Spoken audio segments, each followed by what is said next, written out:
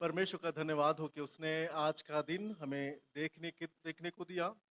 हमें ये अवसर दिया कि इस खजूर के पर्व को आनंद और उल्लास के साथ हम मना सकें। वचन पर जाने से पहले आइए हम उसके चरणों में अपने आप को अर्पण करें और उसकी मर्जी को जानने की कोशिश करें।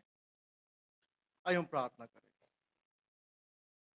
स्तुति और प्रशंसा प्रभु हम तेरे चरणों में अर्पण करते हैं आज के इस पवित्र दिन के लिए, इस पवित्र समय के लिए। परमेश्वर पिता, धन्यवाद देते हैं उस समय के लिए जो विजय प्रवेश तूने यरूशलेम शहर पर किया। परमेश्वर, वैसे आज भी तो हमारे हृदय में उस विजय घोष के साथ हमारे हृदय में तेरा प्रवेश हो सके। हमें मौका दिया कि प्रभु तेरे वचन पर मनन कर सके, तेरे आश्रय के पास आ सके। प्रभु, हमारे दिलों को तैयार कर ताकि तेरे आवाज को हम सुन सकें, तेरे मर्जी के अनुसार अपने जीवन को तैयार कर सकें। प्रभु, मैं नहीं परंतु तू खुद हम सबों से बातचीत कर। इस दो यीशु के मीठे और पवित्र नाम से मांगता सुनो कबूल कर। आमीन। मत्ती उसके 21 अध्याय और उसके 9 पद। मत्ती उसके 21 अध्याय और उसका पद 9। जो भीड़ आगे आगे जाती और पीछे पीछे चली आती थी, पुकार पुकार कर कहती थी, दाऊद के संतान को होसाना। धन्य है वो जो प्रभु के नाम से आता है, आकाश में होसाना। आज फिर एक बार परमेश्वर ने मुझे यह मौका दिया कि आपके सन्मुख खड़े हो सकूं, इसलिए केवल उसकी स्तुति और प्रशंसा हो। कलीसिया के पासवान को भी हम धन्यवाद देते हैं कि उन्होंने ये अवसर दिया कि उनके कलीसिया के सामने खड़े होकर उसके वचन को बांट पाए। मैं नहीं परंतु परमेश्वर खुद आपसे और मुझसे अपने वचन के द्वारा बातचीत करें। जहां तक मेरी याद जाती है, कभी भी मैंने पाम संडे को मिस नहीं किया। जब भी पाम संडे आया, हमारे मन को खुशी और आनंद से भर गया। जब से मैंने छोटेपन से इस पर्व को देखा, जब हम अपने हाथों में एक खजूर के डाली को लेते हैं, हमारे मन में खुशी होता है।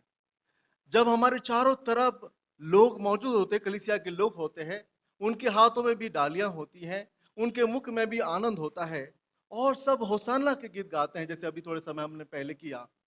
सच में ये पर्व हमारे लिए एक खुशी का पर्व, एक आनंद का पर्व, एक उल्लास का पर्व है। और ऐसे में हम क्या कहते हैं? होसाना। हम कहते हैं होसाना। अगर हमने होसाना नहीं कहा, मान लीजिए खजूर का पर्व पूरा नहीं हुआ। फिर एक बार परमेश्वर ने हमें यह मौका दिया है कि आज उस पर्व को हम मनाएं।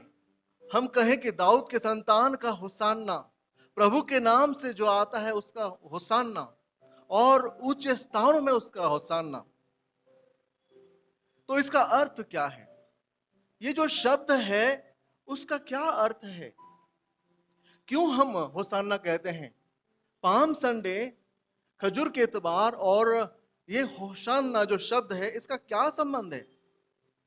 पुराने नियम में और नए नियम में क्या उसका अर्थ एक ही है या दोनों का अर्थ अलग अलग है? और जब हम ये शब्द पुकार कर कहते हैं, यीशु के नाम को ऊंचा उठाते हुए उसको होसाना कहते हैं, तो उसका आज मेरे जिंदगी पर उसका क्या असर है? मेरे जीवन पर आज उसका क्या कंट्रोल है? क्या ये शब्द कहने से मेरे जीवन में कोई फर्क पड़ने वाला है? ये शब्द को उच्चारण करने से क्या मेरी चुल्हा जलने वाली है? क्या बात है कि मैं आज यीशु मसीह को होसाना कहूं और इस पर्व को जब मैं मनाता हूं तो होसाना कहूं। परमेश्वर पिता आपसे और मुझसे इस वचन के द्वारा बातचीत करें।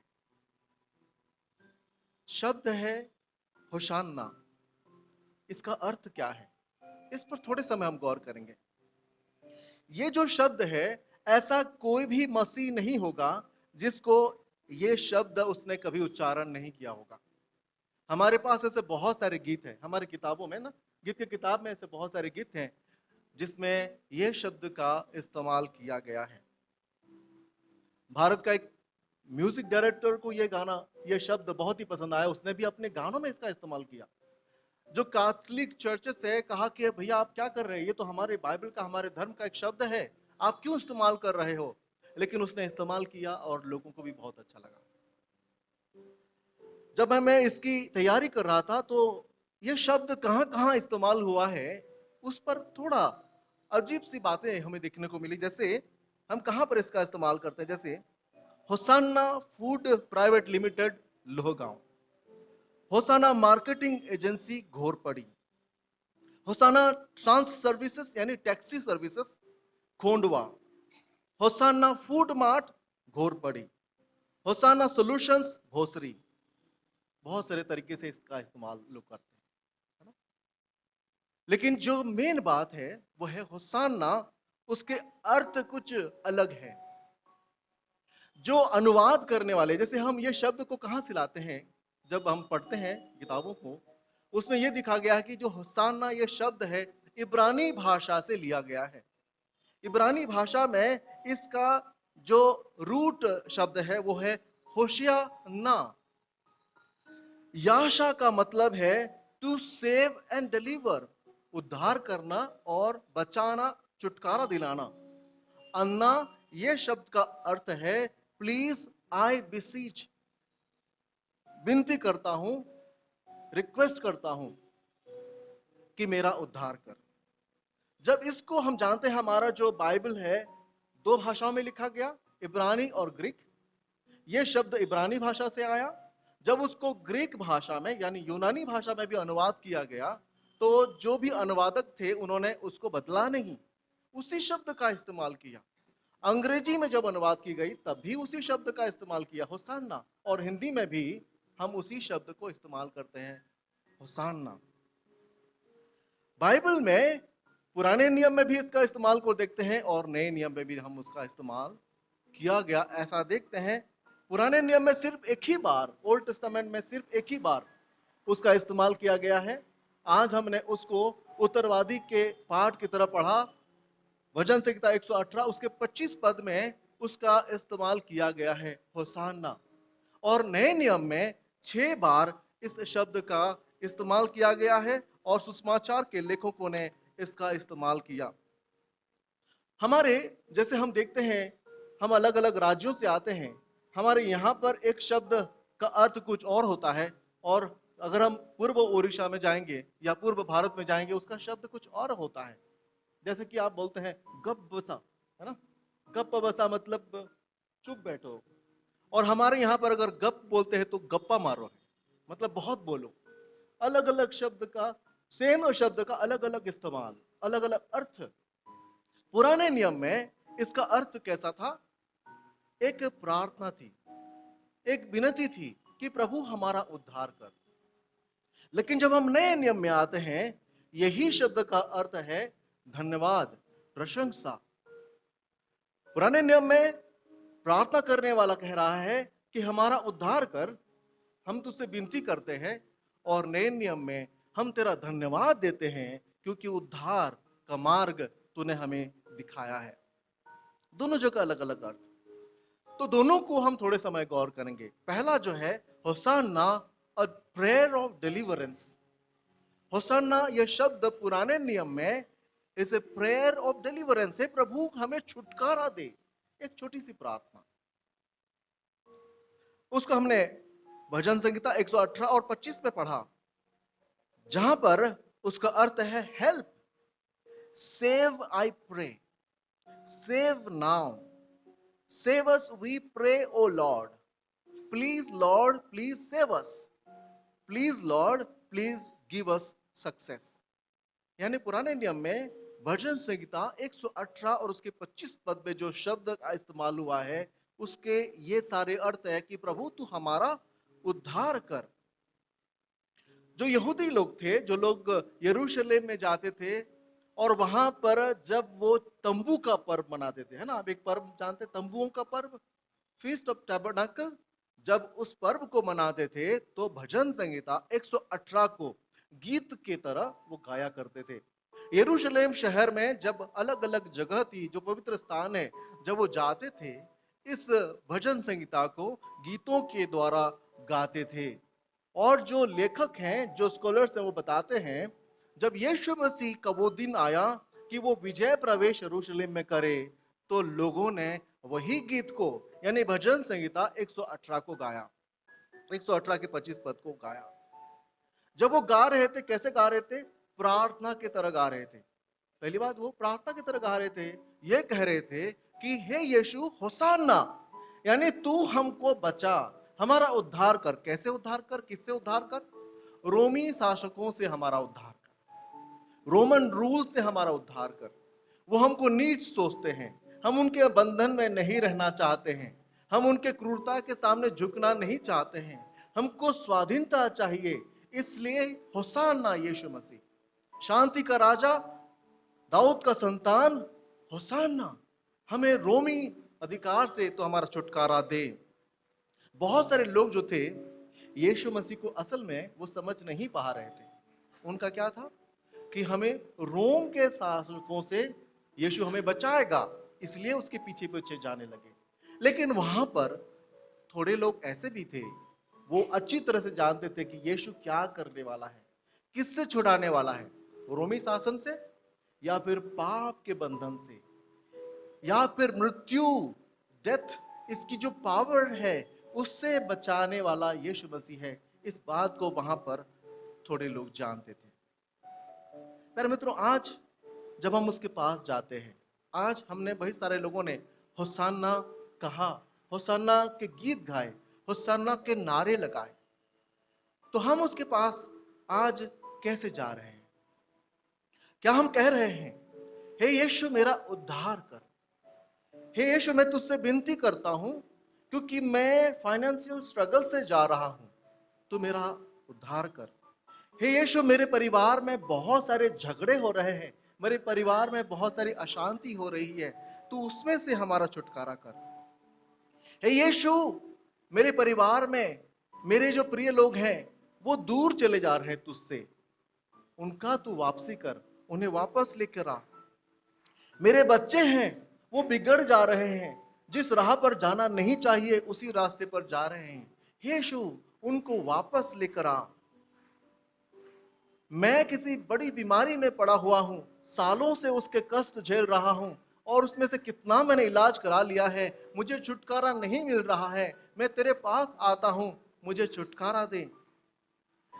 हे यीशु मैं अपने जीवन में दुख में हूं, तकलीफ में हूं, क्योंकि मेरे जीवन में मैंने बहुत सारी असफलताओं को देखा है, अटर फेल्योर को देखा है। तू उसमें से मुझे बचा ले, मेरे जीवन में सफलता को दे। क्या मैं ये बोल रहा हूं कि प्रभु मैं डिप्रेशन में हूं, मैं डिस्ट्रेस्ड हूं, मुझे छुटकारा दे, मुझे मेरे जीवन में आनंद दे। मेरे जीवन में मैं मरना चाहता हूं, मैं सुसाइड करने की चिंता मेरे मन में उठती है, मुझे उसमें से तू बचा ले। क्या ये कहना गलत है? नहीं, गलत नहीं है, क्योंकि वही है जो हमें जानता है, वही है हमें जो पहचानता है, हमारे नामों से हमें जानता है। और हम जब उसके समीप जाते हैं और उसे पुकारते हैं कि प्रभु तू मेरा उद्धार कर, होसाना प्लीज सेव अस, होसाना मेरा उद्धार कर, ये बात कहकर हम उसके समीप जाते हैं। और वही है जो हमारी प्रार्थनाओं को सुन सकता है। वही है जब हम दूसरे लोगों के पास जाते हैं, हो सकता है कोई हमारी बात को न सुने, लोग हमारे हृदय की बातों को ना समझें, पर यीशु मसीह कभी भी ऐसा नहीं कर सकता और ना ही करता है। वो हमारी बातों को सुनता है, उसका उत्तर देने वाला परमेश्वर यीशु मसीह वही है। मैं आपको एक सच्ची घटना बताऊंगा। 2020 की बात है, कंबोडिया में जोशुआ नाम का एक व्यक्ति, और वो अपने परिवार के साथ अपना गुजारा कर रहा था। उसका काम क्या था? उसका काम था कॉफिन बनाना। कॉफिन बॉक्स बनाते हैं, जब किसी की मृत्यु हो जाती है उस कॉफिन बॉक्स को हमको खरीदना पड़ता है। तो जोशुआ का काम क्या था? कॉफिन बॉक्स को बनाना। एक दिन वो अपने घर के सामने कॉफिन बॉक्स को बना रहा था, और जब बना रहा था तो उसको बहुत जोर से कुछ गिरने की आवाज आई। इतनी जोर की आवाज आई कि मानो उसका घर हिल गया। और ऐसे में वो सोचने लगा कि क्या हुआ है, क्या गिरा। जब वो अपने घर के अंदर जाकर देखने लगा तो उसकी बरामदा में जो रूफ थी वो, उसमें एक बड़ा सा छेद हो गया था। वो चिंता करने लगा, अरे बाप रे, मेरे घर के जो बरामदा उसके छत पर छेद हो गया है, बड़ी सी होल हो गई है, अब मुझे उसका रिपेयर करना पड़ेगा, कहाँ से लाऊंगा और कितना कॉफिन बेचूंगा, तब जाके मुझे ये मेरा घर का रिपेयर हो पाएगा। फिर वो ढूंढने लगा कि क्या गिरा मेरे घर के पास। तो आसपास जब वो देख रहा था, एक पत्थर उसको मिली, उसकी वजन कुछ 2 किलो की रहेगी। फिर उसको उठा कर लेकर आया, और जब वो लेकर आया, उसको पता नहीं ये कैसा पत्थर है, और उसको घर पे रखा। लेकिन थोड़े दिन के बाद जब उसने छानबीन करना शुरू किया, लोगों को बताने लगा कि ऐसा एक पत्थर उसको मिला है जो दिखने में एकदम अलग सा है। लोग ढूंढते ढूंढते साइंटिस्ट उसके पास आए और बोले, तुम्हारे पास एक पत्थर है? उसने कहा, हाँ मेरे पास एक पत्थर है। कैसे गिरा, कहाँ से गिरा? उन्होंने जब उसकी पूछताछ की, तब मालूम चला कि वो 4.5 अरब साल पुराना एक पत्थर है, और वो उल्का पिंड का एक बचा हुआ हिस्सा है, और उसके आंगन में यानी उसके गार्डन में गिरा, और उसकी कीमत हो गई 14 करोड़ रुपए। क्योंकि वो अजीब सी पत्थर है, आसमान से गिरी हुई पत्थर है, उसकी कीमत 14 करोड़ रुपए में उसने उसको बेचा। जोशुआ प्रार्थना कर रहा होगा कि हे यीशु, मैं आज एक कॉफिन बना रहा हूं, मेरी मदद कर, ताकि ये कॉफिन बॉक्स में बेच पाऊं, 1400 रुपए में लोग इसे खरीद लें, मेरे घर की जरूरतें हैं, मैं उसे पूरा करूंगा। लेकिन देखिए कैसा अजीब उसके जीवन में हुआ। आसमान से एक पत्थर गिरा, और वो एक मेटेओर निकला, एक उल्कापिंड निकला, जिसकी कीमत 14 करोड़ रुपए।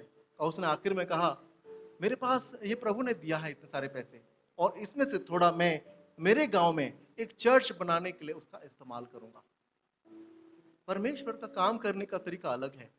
हम छोटे तरीके से पूछते हैं, हम आज के जरूरत को लेकर उसके पास जाते हैं, आज मुझे क्या चाहिए उसको लेकर जाते हैं, लेकिन उसके पास कई बड़ा आशीष, ऑफर, दया, करुणा, उत्तर उसके पास मौजूद है।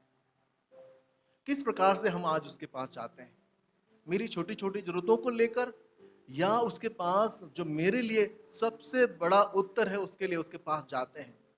हम रोज उसके पास जाते हैं, आज मैं ऑफिस जाऊंगा तो मेरा सुरक्षा दे, एक्सीडेंट से बचा।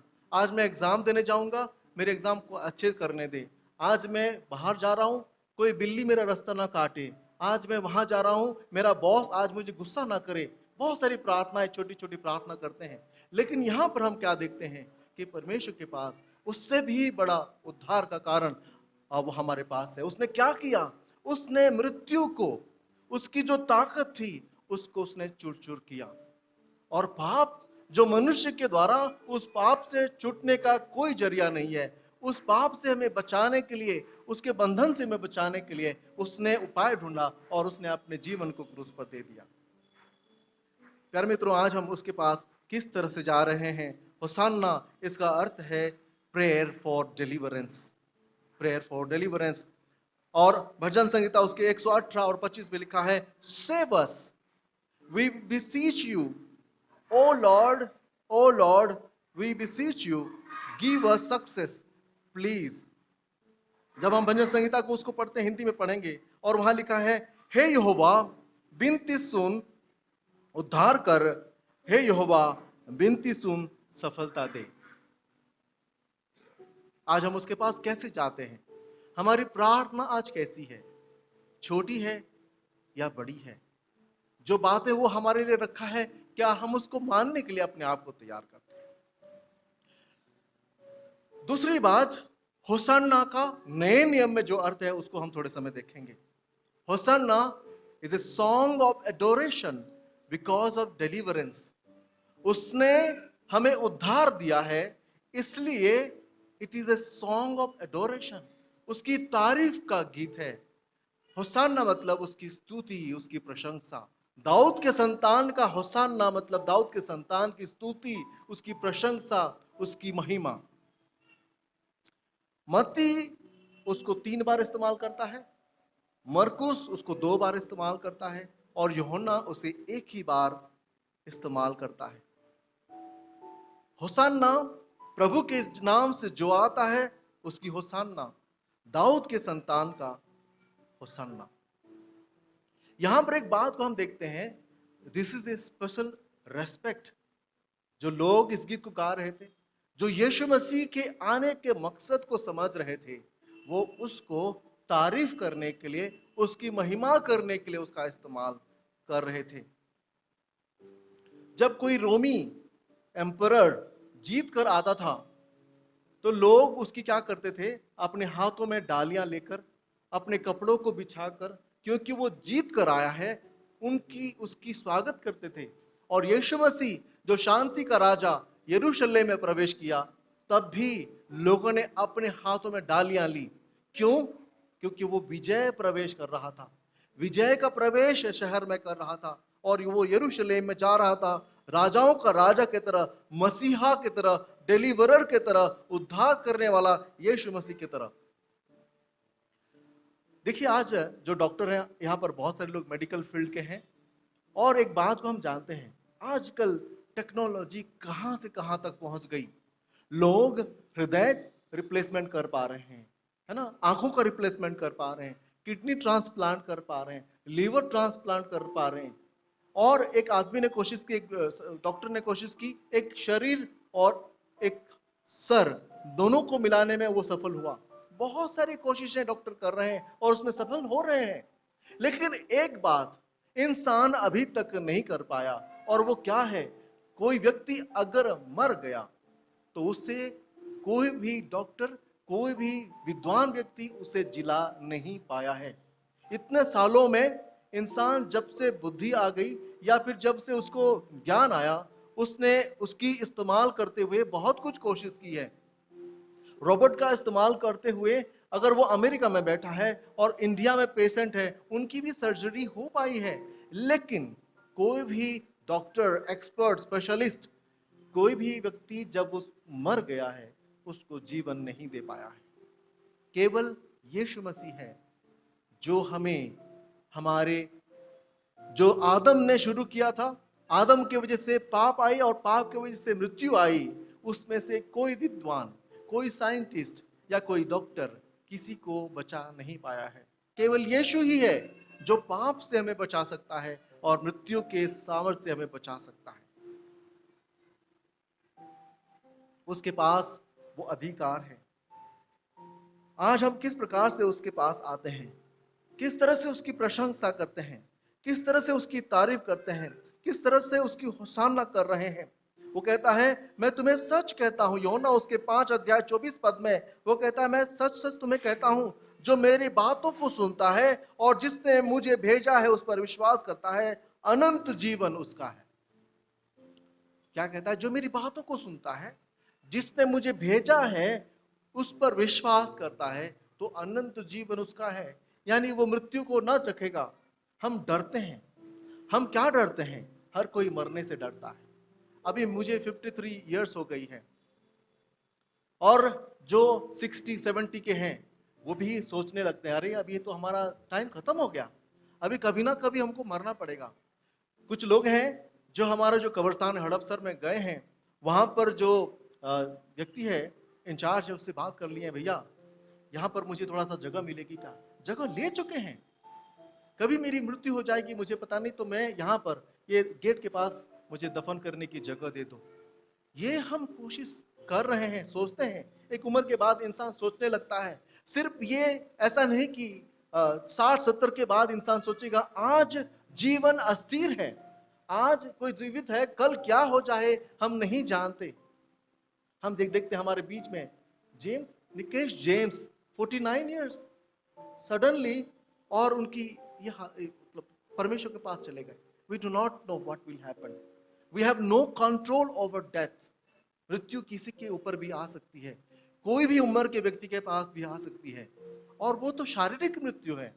जीवन में एक व्यक्ति जिंदा होता है, जन्म लेता है, तो उससे तो मरना ही है, ये स्वाभाविक है, ये नेचुरल लॉ है। लेकिन यीशु मसीह जो दूसरा मृत्यु है, second death, death because of sin, eternal death, उसमें से बचाने की काबिलियत रखता है।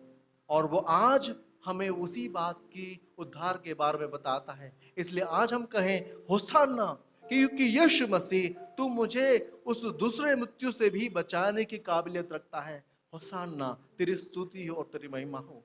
तू पाप के बंधन से, पाप के परिणाम से भी मुझे बचाने की काबिलियत रखता है। इसलिए तेरी तारीफ और तेरी महिमा और तेरा जलाल हो। आज प्यारे मित्रों, हम उसके पास किस तरह से आ रहे हैं, किस तरह से उसके समीप हम आ रहे हैं। जब हम उसके पास आ रहे हैं तो उसे क्या मांग रहे हैं, किस तरह की प्रार्थना हम उससे कर रहे हैं, किस तरह की स्तुति उसको उसके सन्मुख कर रहे हैं। कोई भी विश्वासी होता है, उसको दो तरफ रहना ही है। अगर दो तरफ नहीं रह पा रहा है तो वो कहीं भी नहीं है। या तो एक विश्वासी प्रार्थना करेगा, यीशु मसीह के पास जाएगा और कहेगा, प्रभु मेरा उद्धार कर, मेरी ये जरूरतें हैं, मैं उसे तेरे कदमों के पास रखता हूं, अगर तेरी मर्जी हो तो उसे पूरा कर। और दूसरी तरफ वो ये कहेगा कि प्रभु तेरा धन्यवाद हो, तेरी स्तुति हो, क्योंकि तूने मेरी प्रार्थना को सुन ली है। तेरा धन्यवाद हो क्योंकि मृत्यु से तूने मुझे बचाया है। हमारे कॉलेज में मेरे साथ एक लड़का पढ़ता था और वो अलग सा था, एकदम अलग उसकी सोच थी। हम प्रार्थना कैसे करते हैं, हम उपवास कैसे करते हैं, जब हमें बहुत ही कुछ जरूरत पड़ जाती है, अभी ये तो चाहिए चाहिए, मुझे प्रभु से मांगनी है, तब हम उपवास करते हैं। लेकिन उसने कभी भी ऐसा उपवास नहीं किया। उसने कैसा उपवास किया? वो प्रार्थना करेगा, प्रार्थना करेगा, प्रार्थना करेगा, और जब उसकी उत्तर उसे मिल जाएगी, धन्यवाद देने के लिए उपवास करता था। एकदम अलग। मैं उसको धन्यवाद दूंगा, दिल से धन्यवाद दूंगा, मेरे शरीर को तैयार करके मैं उपवास रखकर उसको धन्यवाद दूंगा, एकदम अलग। और यहाँ पर या तो हम इस तरफ हो सकते हैं, प्रार्थना कर सकते हैं, और दूसरे तरफ उसको धन्यवाद दे सकते हैं। कोई भी विश्वासी के या तो इस तरफ नहीं तो उस तरफ, लेकिन इसके अलावा कोई है तो वो विश्वासी नहीं है, वो मसीह नहीं है। आज जब हम होसाना ये शब्द का इस्तेमाल कर रहे हैं, हम उसके समीप जा रहे हैं और कह रहे हैं, प्रभु तू हमारा उद्धार कर, हमारे जीवन का उद्धार कर, हमारे परिवार का उद्धार कर, मेरे काम में मेरी सहायता कर, मेरे पढ़ाई में मेरी सहायता कर, मेरे जिंदगी में मेरी सहायता कर, मेरे इस असफलताओं में मेरी सफलता दे, और बहुत सारी बातें। और दूसरी तरफ हम ये कह रहे हैं कि प्रभु तेरा धन्यवाद हो, तूने मुझे जीवन दिया, तेरा धन्यवाद हो, तूने मुझे परिवार दिया, तेरा धन्यवाद हो, तूने मैंने बच्चे दिए, तेरा धन्यवाद हो, मेरे परिवार पर तेरी आशीष है, तेरा धन्यवाद हो, मेरे काम में तूने मुझे मदद किया है, तेरा धन्यवाद हो, और तूने मृत्यु से मुझे बचाया है, तेरा धन्यवाद हो, पापों से तूने मुझे माफ किया है, तेरा धन्यवाद हो और तेरी स्तुति हो। परमेश्वर आप सबको आशीष दे। आज जैसे हमने होसाना शब्द का इस्तेमाल किया, परमेश्वर ने हमारी मदद की है ताकि उसका जो अर्थ है उसे समझ सकें और अपने जीवन में उसे बहुतायत से इस्तेमाल कर सकें। परमेश्वर की दया और करुणा सदा आपके ऊपर और खास करके आज के दिन बनी रहे। आमीन।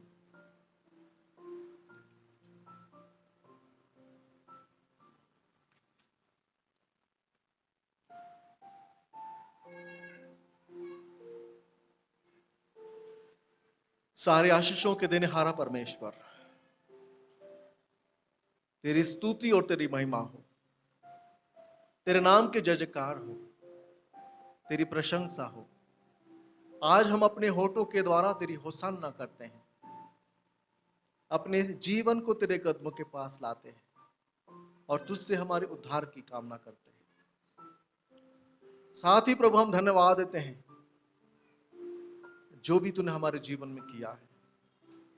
हम किसी इंसान की तरह, दुनिया के किसी परिवार की तरह हम अपने जीवन को जीते हैं, पर परमेश्वर तूने हमारे जीवन में नई आशा को रखा है, नई आशीषों को हमारे जीवन में रखा है। तेरा धन्यवाद और तेरी स्तुति हो। पाप से छुड़ाने के लिए और मृत्यु के बंधन से हमें छुड़ाने के लिए जो महान काम तूने किया है, उसके लिए हम तेरा धन्यवाद देते हैं। परमेश्वर, यहाँ मौजूद हर एक को तूने आशीष दिया, तेरा धन्यवाद हो। हर एक के दिलों में तूने बात की, तेरा धन्यवाद हो। तेरी उपस्थिति के लिए तेरा धन्यवाद हो। इस दुआ को यीशु के मीठे और पवित्र नाम से मांगते हैं, सुनो कबूल कर। आमीन।